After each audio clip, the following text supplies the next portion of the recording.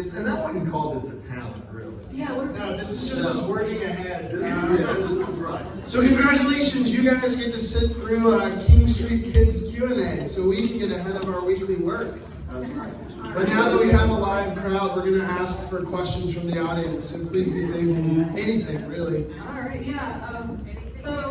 Yeah, I'll answer any question. Golly, suddenly it's a little different because we don't have our piano intro, our little emoji. You can add that later. I can add that later. So let's tell people what, because not everybody knows what King Street Kids Q&A is. So King Street Kids Q&A is something that started during the pandemic. It was a way for us to kind of put out a video for our King Street Kid age audience, which is like kindergarten through 5th grade.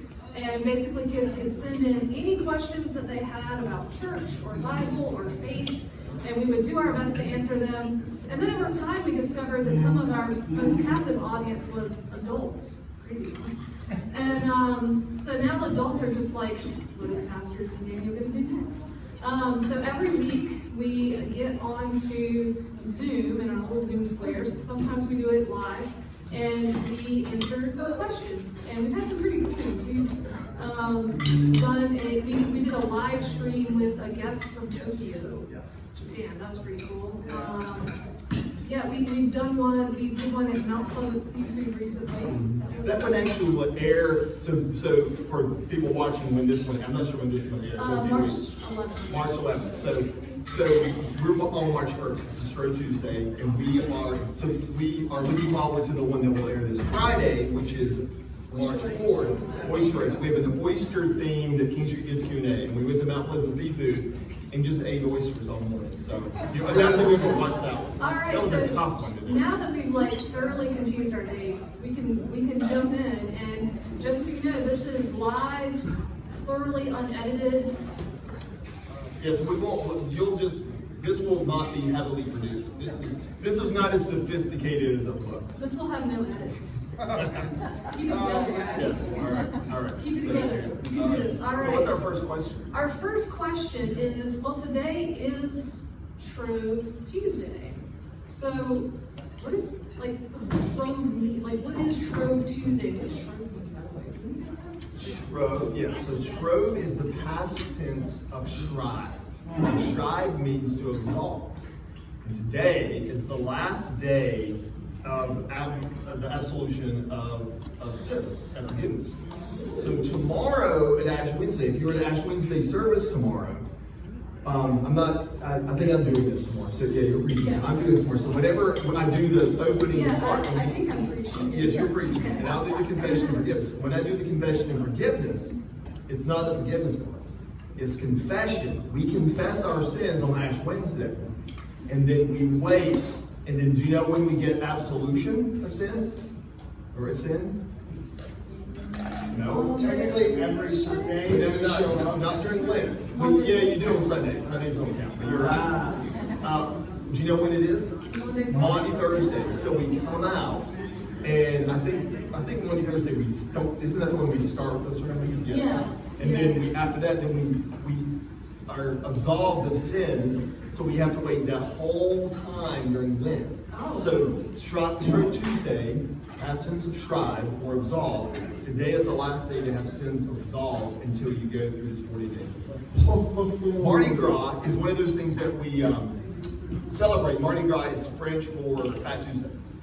So what is this? We get all our sins out and Hold on, let's get the audience feedback from the man that lived in New Orleans. New Orleans. They're getting ready for the Rex Ball right now. Rex and Comus are about to meet, here in just a little bit. But in talking about that, can you explain, I've been to churches, Lutheran churches, that actually didn't give absolution on each Sunday. Yes. I believe here we do. We do, yeah. Can you explain that? Yes, so let me explain it this. So the question for those on TV who didn't get to hear it is on some Sundays, it's not, the sins aren't absolved during Lent. They can wait strictly until Maundy Thursday. AKA forgiven. Yeah, forgiven. Absolution is forgiven. I've never been a part, or I can't recall being part of a church that does this. So I'm not sure why they would follow that strictly, but one of the things sometimes we do during Lent is we'll give something up, like what somebody give up, like Sweets, soda, sweets. Yes. the list goes on. A luxury item. You would give that up and deny yourself to get ready to focus. Some people fast. Some people add things during this time. Maybe you add prayer or devotion or whatever. I'll talk about mine tomorrow. Okay, good. And so, but let's say you give up ice cream. Well, Sundays don't count. So in a sense, I think the answer is Sundays are still the Sabbath and the day in which you can receive it. So that's why we give it. But you'll notice on this coming Sunday, our Lenten service will be a little different than it usually is. It's going to be scaled back and lean and economical as we head into Easter. And then when you come Easter morning, of course, Jason will literally pull out all the stops and board it. So that might answer it. So we're just getting our sins out now. Yeah, and that's so on that Tuesday, Mardi Gras, you sin boldly, you eat and you drink and you do all that so that you then start to fast. Now, when do you break the fast? Yeah, but when you do, so Christy said breakfast. But when is that traditionally in the big calendar? Easter, okay, so the Easter Vigil, which we did last year, but we're not going to do this year. But the Easter Vigil is the Saturday, Holy Saturday. It's the evening before Easter. At school, at the school that Pastor Rebecca and I went to, we would enact the full-blown service, which is several hours long. Yeah, that was the one that we were going on till like 3 in the morning. And so if you do it the real way and you finish in the middle of the night, then you finish, you worship, you welcome to Easter because you're waiting for Easter. You get up, you have a big party. You break the fast with food, drink, and the celebration, the Easter celebration begins. So that's how we get this Americanized thing of sunrise breakfast, of Easter sunrise breakfast. It's actually breaking the fast that ends tonight, straight Tuesday. Cool. I think I could take that answer and break it up into several pieces and use that for several weeks. So, cool. There you go. All right. What else? What else do we have? All right. So, let's see.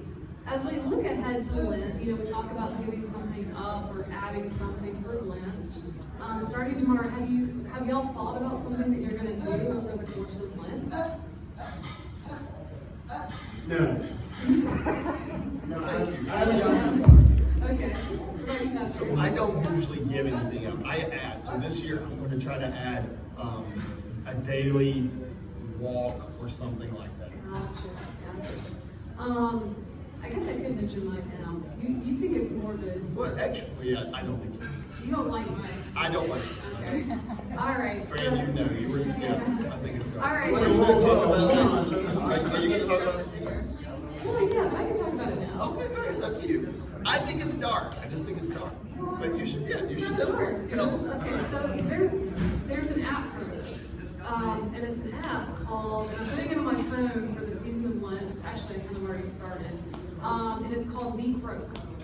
And it's an app that 5 times a day just reminds you that one day you'll die. And the weird part is that Did you have an app that reminds you 5 times a day that you're gonna die? I mean, beyond that? yeah, actually, is that it doesn't do it at set times during the day. It does it sporadically, so you don't know when it's going to tell you.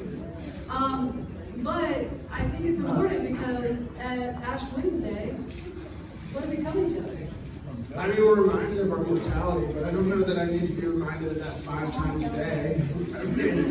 I think when it's in a survey, the more Yeah, I'll understand. explain it in the survey. Yeah, now everybody's going home. Well, so do you have something to move on to that's a little brighter? Should we do, here's one of Jason's jokes. Let's talk about death. So why doesn't Sonic eat with his friends during Lent? He's fast. Because he's got to go fast. It wouldn't have been any better with Jason. No, these are Jason really gave you some jokes. That's amazing. Do you hear about when John the Baptist had a meeting with Herod? I feel like I don't know. It didn't go so well, he kind of lost his head. Yeah. We probably shouldn't do the jokes. Okay. Well, should we take a question from the That's a better from our idea. live studio audience? Let's take some questions from our live And then studio. we can wrap it up. audience. I told you this wasn't talent. This was. It means Pastor Rebecca does a lot of heavy editing. That's right. Any questions? Jack, give us a question. Come on, we're putting you on the spot. You do have a question, Jack. You're a very inquisitive person. All right. That's... I got one. All right. Here we go. All right, Oh, Dennis. Dennis. What's the youth going to do now that they're not going to together? What are the youth going to do? Oh yeah, so we're exploring a couple different options for what that looks like. Now that we're not going to Minneapolis, right now the front runner is a trip to a service learning excursion trip to New York City, or a service learning thing into Washington D.C. Currently, we're looking at what's available as far as service and connection with congregations in the area, but also how are those cities responding to the pandemic. Particularly concerned about New York City, as they've been, extremely conservative throughout the pandemic as far as vaccine passports and different criteria. I think when I went up once over the summer to see family, it was like you had to have a mandatory 2-week quarantine before you could go out with a big fine if you got caught. So we're exploring options, but right now it's looking like New York or DC. Something fun. Any other questions? What other questions do we have out there? I think that's it. We're gonna call this one. Thank you guys, and we're gonna move on to How do they watch this? For anybody, because I think a lot of Christians forget that we do this on Friday mornings. We have a new episode that premieres, and you can go to either our YouTube page, Google YouTube, St. Matthew's Charleston YouTube, or go to our page, and you can see they're all archived there. You can see all of these Q&As, which we have continued to do. So you can see them there, or call the church office if you need them.